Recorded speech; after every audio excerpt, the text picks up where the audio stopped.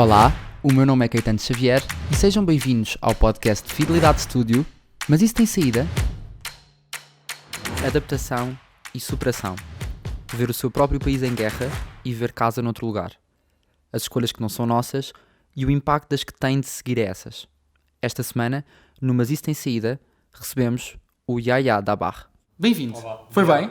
Foi bem? Foi. Consegui dizer bem? Consegui dizer, sim. Eu treinei, estive aqui em treino intensivo, e estávamos a falar sobre esta coisa da língua e dos alfabetos serem diferentes.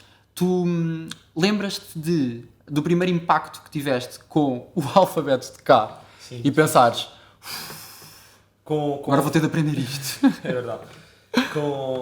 Quando a primeira vez que tive esse impacto que estavas a falar era quando comecei a ler aquelas letras que escrevem em conjunto. Sim. Não é de livro, tá? Sim. E não consegui perceber nada. Tipo letra A primária, quase nós aqui Exatamente, chamamos, aquelas coisas não é? que estão ligadas. Quando uma pessoa escreve normalmente, Sim. não é? E pensei, como é que vou aprender isso? É mesmo, porque nem se percebia qual a letra.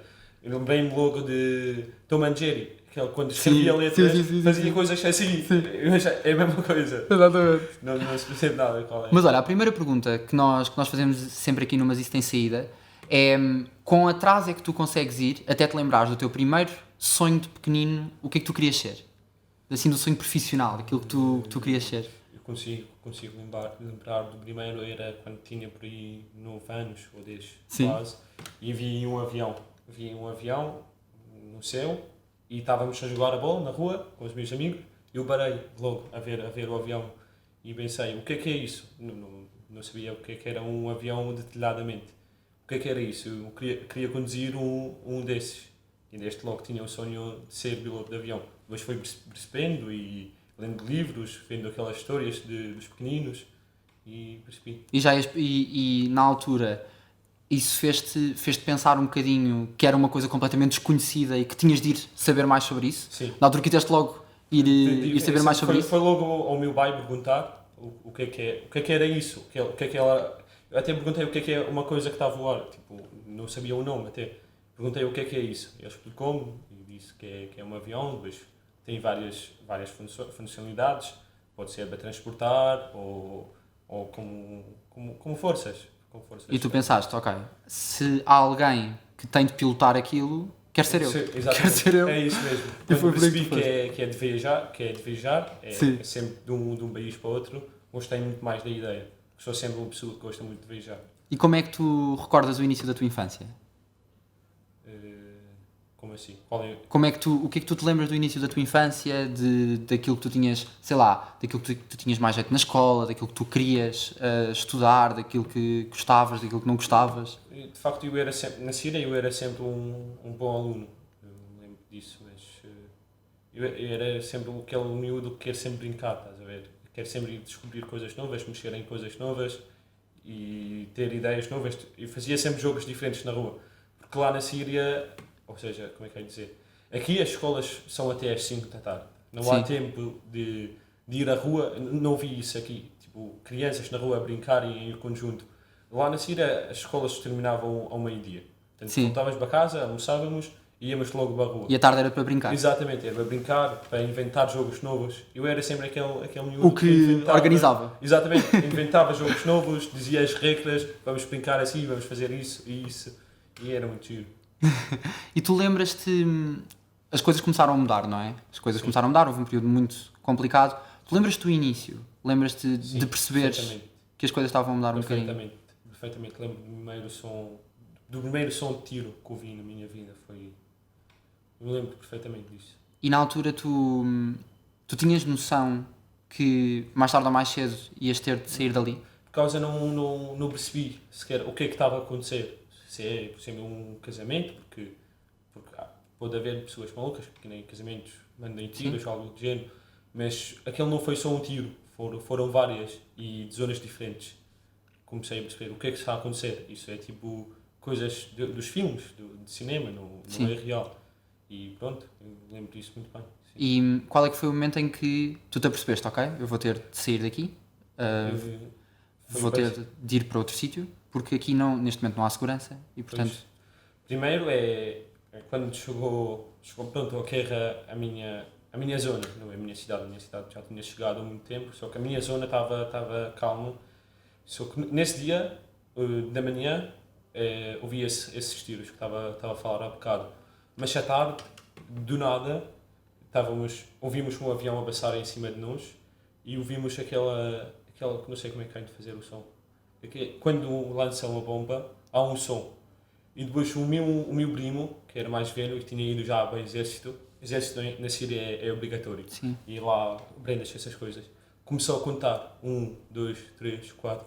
Quando chegou a 7, ele explodiu e vi um grande cogumelo em frente de mim, de fumo. Todos tivemos aquele impacto para trás. Depois percebi isso. A nossa brincadeira era essa contagem até o 7, quando adaptámos a guerra.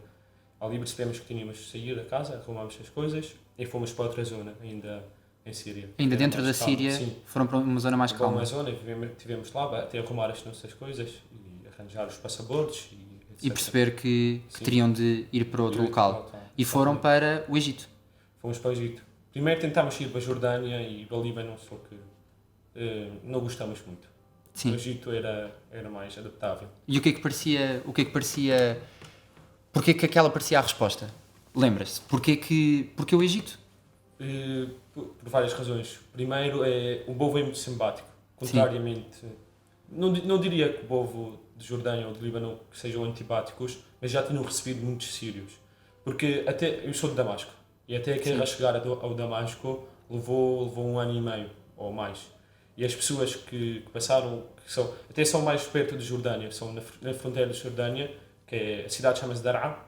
Todas as pessoas que estavam lá que iniciou a guerra, as pessoas todas saíram e foram para a Jordânia. Igualmente para o Líbano, porque são 2 horas de carro. Para a Jordânia ou para o Líbano, da Síria. Portanto já tinham recebido muitas pessoas. Muitas pessoas. E já era um esforço que já não podiam fazer, a Jordânia e o Líbano, porque eram mesmo muitas pessoas. E pronto, e nós percebemos que não vamos ter boas oportunidades se formos para lá, porque vamos ser igual aos outros, no sentido que já somos a capacidade a mais. E então vão para o Egito. E como é que é o período de adaptação, o início no Egito? No Egito, por causa... Era um bocadinho difícil, não diria assim fácil, era um bocadinho difícil, mas também não era assim tão difícil, porque falávamos a mesma língua, com pronúncia diferente, e o trabalho lá é muito fácil, arranjar trabalho para lá, e o povo é muito simpático connosco, com os sírios, eles adoram os sírios. Esse é de um facto que as séries turcos são... a tradução, não é tradução, é quando o Foz fala por cima dele, não sei. Dobragem. A dublagem, sim. É feita em pronúncia de Síria. E eles adoram as séries turcas. Sim. Portanto, quando falava sírio, eles adoravam isso. Fazia-lhes lembrar. Sim, só queriam ouvir. Fala mais. Era um giro. Mas há aí, portanto, há uma passagem clara para Portugal, e é aí que nós queremos chegar. O que é que acontece então para haver uma mudança, para haver uma outra mudança? Por causa de nós em Egito, a nossa vida era impecável. Nós estávamos a viver muito bem. Só que, pronto, recebemos um convite da Embaixada Portuguesa, feito pela União Europeia, para virmos para um país europeu. A partida não sabíamos qual, mas depois percebemos que é Portugal e fomos para a Embaixada Portuguesa a receber esse convite. E a minha mãe pensou, é um país europeu, temos sempre oportunidades diferentes e mais divulgadas em estar em um país mais desenvolvido. E pronto. E tem graça, porque nós estávamos a falar antes, e tu dizias-me, nós sabíamos muito pouco sobre Portugal, não era um país que nós soubéssemos muito, sabíamos que o Cristiano Ronaldo era português. Era a única informação que nós tínhamos. Sabes que eu fiz Erasmus na América do Sul e também era claramente a única referência, não é? A pessoa chega e diz, é de Portugal, e dizem logo, Cristiano Ronaldo. Mas que é ótimo, eu acho um orgulho. Grande jogador. Acho um orgulho e acho incrível. Portanto, vocês sabiam muito pouco sem ser o Cristiano e que era um país europeu, portanto trazia algumas oportunidades e pensaram, bora. E é claramente um ato de coragem, nós não podemos fugir a isso. E quando eu falo aqui, e na introdução eu disse disse aqui adaptação e superação. E eu acho que é impossível fugir a esse exemplo. É impossível fugir ao facto de adaptação só por si acarreta muita coisa, superação é todo um nível verdade. acima e que é incrível. Como é que foi chegar? Como é que foi chegar a Portugal? Aqui eu diria difícil. Aqui é que era mesmo muito complicado, porque é tudo diferente. Quando chegámos para cá, chegámos do aeroporto, víamos para casa, era à noite, não percebíamos nada. Sim. Da manhã, quando começámos a ver as ruas, a ver as caras das pessoas, ouvir a língua dos vizinhos, as vizinhas estavam a falar, ouvir a língua. O que é que te parecia? Parecia-me que só estavam a falar x.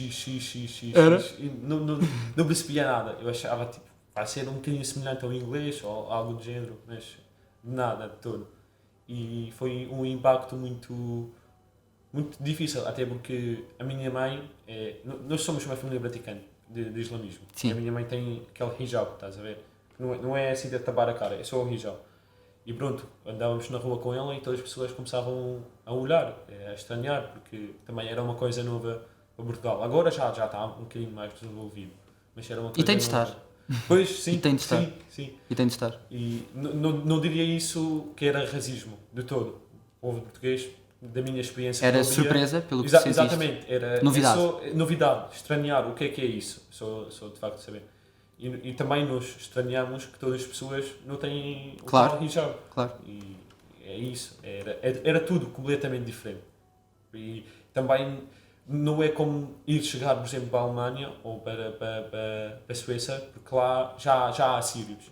Portanto, já há alguma pessoa que pode te dedicar a dizer: olha, assim eles são assim. Mas nós fomos logo sozinhos no meio de uma comunidade portuguesa e não conhecíamos ninguém da nossa cultura, estás a ver? E foi Explicar, importante conhecer pessoas. eu acho que é muito importante, até pelas pessoas que chegaram mais depois de nós, Sim.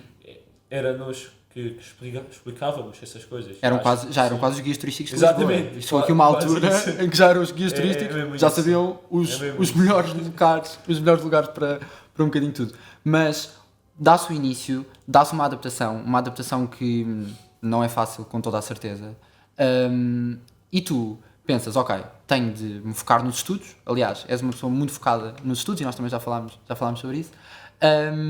E dá-se aqui também um convite de um apoio do Colégio São João de Brito Certo, para estudarem lá e prosseguirem então os estudos lá. certo. Agora, vou-te dizer, Claro. eu não sei bem como é que isto...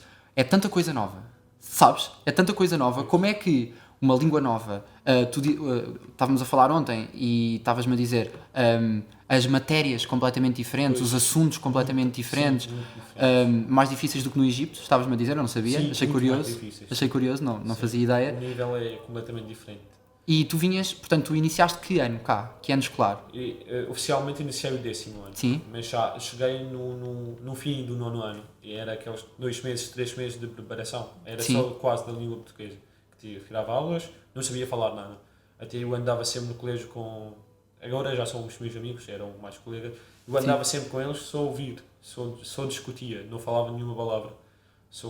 No fim desses 3 meses ou 4 meses, comecei a dar por mim a falar, sem saber como ou porquê. É porque nós dizemos sempre que português é uma língua muito difícil. É verdade. E há muitas pessoas que, sei lá, pelo mundo, que apontam a língua portuguesa como uma língua difícil de aprender. 3 ou 4 meses eu acho surpreendente. Vejo. Portanto, já havia aí uma aptidão para as línguas? Tu já tinhas uma facilidade? Eu acho que não, porque nunca tinha contacto só com o inglês. Sim. E sim, também não falava assim muito bem inglês. Falava aquele que com um aluno de 9º ano tinha falado, apenas isto. Mas eu surpreendi-me também Com disso. 3 ou 4 meses já ias... Já comecei, e também eu estudava um bocado. Até quando eu via uma palavra nova, ia para casa, tentava escrever, ia para o Google Translator, tentar Sim. descobrir o que é que significa essa palavra. Mas também, eu acho que é muito importante no ato de adaptar a língua nova, ouvir bem antes de começar a falar. Porque quando ouvimos muito a mesma palavra, se calhar nem damos que estamos a ouvir a mesma palavra, mas se essa palavra já está a entrar. Já está a entrar. Já está fabrica. Lá. Exatamente. Sim. Quando perceberes o significado dessa palavra, já fica tua. Faz todo já o sentido. Exatamente. Já fica da tua parte, da língua. Exatamente. Consegues usar fluentemente. E então tu chegas e tu sabes que nós cá em Portugal temos esta organização há ciências, há línguas e humanidades. E como é que tu decides aqui para onde? Isso foi uma coisa muito chata, que não sabia o que é que, Sim. para onde tem que virar. Eu gostava sempre de matemática e de física. Sim. Isso eu achei ciências é o melhor para mim. Mas pronto, eu também estava em dúvida de ir para ciências porque podias ir ciências, ter matemáticas e GD, ou então ter Físico-química, biologia. Biologia, exatamente, biologia. Portanto, ainda dentro das ciências ainda há mais para escolher. Nós somos complicados nisto. Sim, nós somos gente complicada. Esta coisa do ensino, às vezes complicamos um bocadinho. Mas nós não tínhamos nada disso. É fazer o 12º ano e depois essas escolhas são feitas... Por exemplo, na Alemanha também funciona assim. Na Alemanha eles também vão fazendo as disciplinas todas e depois vão escolhendo. Exatamente. Eu até sou um bocadinho apoiante, vou-te dizer. Sou um bocadinho apoiante porque eu acho que as pessoas deviam mesmo ter um bocadinho de tudo. Mas pronto, isso é conversa para outro podcast, depois vens outra vez e falamos sobre isso. E há aqui um outro momento que eu acho muito marcante, que tem a ver com o programa de adaptação. Corrige-me como é que se chama o programa, corrige-me se eu estiver errado, em que vocês tinham 10 meses. Sim. 10 meses para cumprir uma série de exigências, de etapas, e que acabam por não ser possível nesses 10 meses cumpri-las. Pois, sim. Nós, como somos, ou quase somos a primeira família síria que chegou a Portugal como refugiados, éramos mais um ato ou uma experiência, estás a ver, para o Estado português perceber melhor o que é que temos que fazer, o que é que temos que oferecer, qual é o tempo necessário. Só que para nós quando chegámos eram 10 meses e nós tínhamos que falar a língua, tínhamos que arranjar trabalho, ou seja, ser independentes. E era quase impossível. Em 10 meses é praticamente impossível. Se calhar bom para as crianças até conseguiam, mas depois os pais e os irmãos mais velhos é mesmo difícil. Até também não haver muito contacto com a tal cultura portuguesa e a língua portuguesa. Por exemplo, nós nas escolas tínhamos esse contacto, mas depois os pais e as pessoas mais velhas não tinham tanta facilidade em estar constantemente a ouvir português, a conviver e etc. Mesmo. Portanto, ao fim desses 10 meses, o que é que acontece? O que acontece é que tens de ficar independente. Tens que arranjar trabalho, ou alugar casa, ou seja, ser independente, viver independentemente. Só que para nós foi muito difícil. E até chegámos a um momento de desistir, só que depois voltamos outra vez para Portugal. Portanto, vocês ainda vão para a Turquia. Exatamente. Porque não é possível cumprir 10 meses, vamos ser racionais. Agora já é renovado, agora são 1 ano e 8 meses. Já faz sentido. Exatamente. E também havia aqui uma experiência. Exatamente. Mas, felizmente, voltam. Estamos cá. Voltam. E há uma coisa aqui interessante que tem muito a ver com este podcast, como isso tem sido, e com o percurso que é, e que tu me disseste, e que eu achei mesmo bonito, que foi os professores do colégio terem continuado em contacto contigo, quererem que voltasses, quererem que voltasses para o colégio e continuasses a estudar, e quererem que, e de alguma forma tu disseste-me uma coisa que eu achei muito bonita, que foi, acho que só conheciste em Portugal esta atenção que os professores... Marcou-me muito, mesmo, marcou-me muito essa tal atenção que os professores têm com os alunos. Acho que mesmo muito interessante. É uma relação que acaba por fazer diferença. Portanto, voltas em força, portanto, terminas o secundário com notas ótimas, e há que ressalvar isto. E o que é que tu pensas? Pensas, lá vou eu meter-me numa engenharia informática e de computadores, outro engenheiro. Mas pá, o terceiro engenheiro que nós temos aqui, ou engenheiro to be, ou quase a ser engenheiro. Pá, e o terceiro, nós andamos aqui com... Mas engenharia informática e de computadores é a primeira vez, e olha que tivemos aqui um engenheiro que teve pá em 3 ou 4 engenharias. E não passou por essa, portanto isto é a diversidade deste podcast. Engenharia informática de computadores, porquê? Não sei, sinceramente. Porque vou-te ser sincero, eu nunca era aquele miúdo de brincar muito com os computadores. Não vem daí, porque às vezes vem desse, não é? Exatamente. Às vezes vem dessa... Todos os meus amigos agora no curso vêm disso, desde crianças, começaram a mexer no computador. E já programavam, exatamente. Eu nunca tinha contacto com nada disso.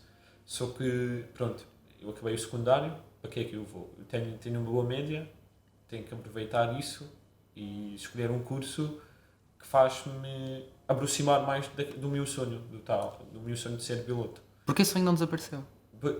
Quase. Porque aqui em Portugal investiguei muito quando acabei o secundário. Sim. E ser piloto aqui em Portugal custa muito. Custa muito dinheiro. Custa muito dinheiro mesmo. E é uma coisa que não é possível por agora. Por isso pensei, o curso que faz-me aproximar desse sonho é aquele curso que tem mais lucro. Exatamente. E percebi que era informática.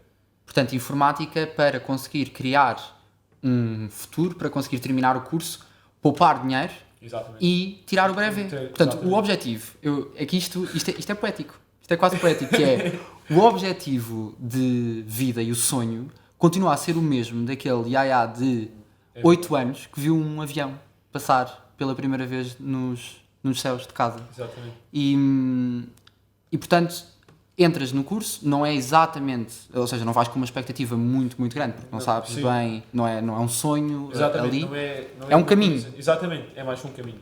E como é que tem sido? O que é que tu tens achado? Agora em perspectiva. Está a andar bem.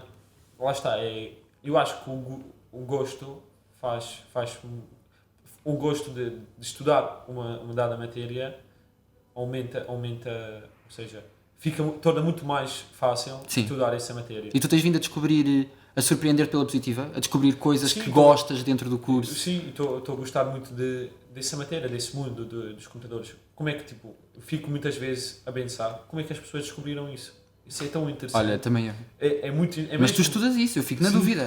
Eu fico na dúvida para sempre. Eu ainda nem... Pá, sabes uma coisa, que isto... Eu às vezes, eu tenho um amigo que também está em engenharia informática e de computadores e às vezes explica-me coisas que eu fico completamente de boca aberta. Como é que isto funciona assim? E coisas elétricas que vão para sítios e têm reações que fazem com que a pesquisa... Bem, olha, é uma loucura. É mesmo muito interessante. E isso cria um certo gosto em mim dessa matéria.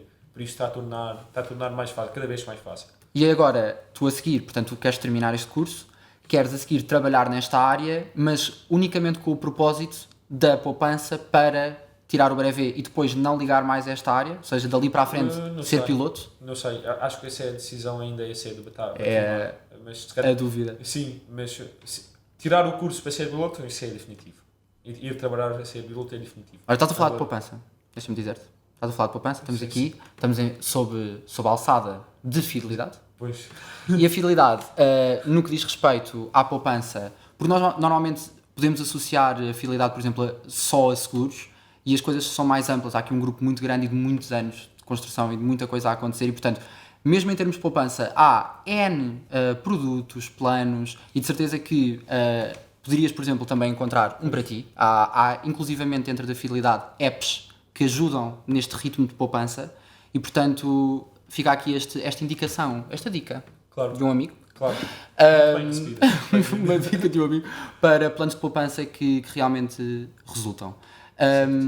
Mas a poupança vai dar ao sonho e tu sentes que esse é o... Ou seja, é quase como se fosse aquilo para que estás a caminhar desde esses 8 anos quando viste o avião passar.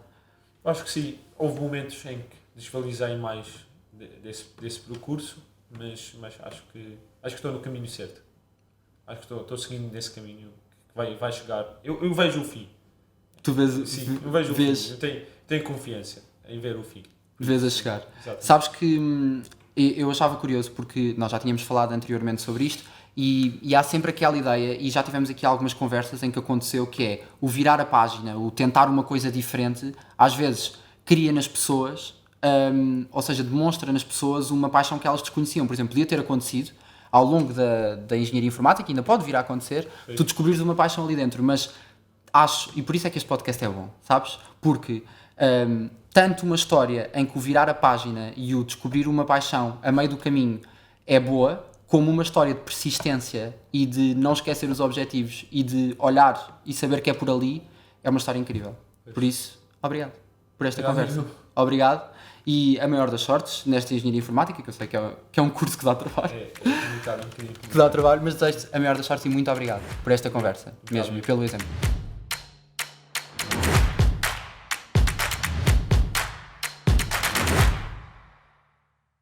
Este podcast é apresentado por Fidelidade Studio, um espaço disruptivo localizado na Nova School of Business and Economics. Através da gravação de vídeos e podcasts, pretende aproximar as novas gerações ao setor dos seguros e da fidelidade. Acompanha-nos no Spotify, YouTube e em fidelidadestudio.pt.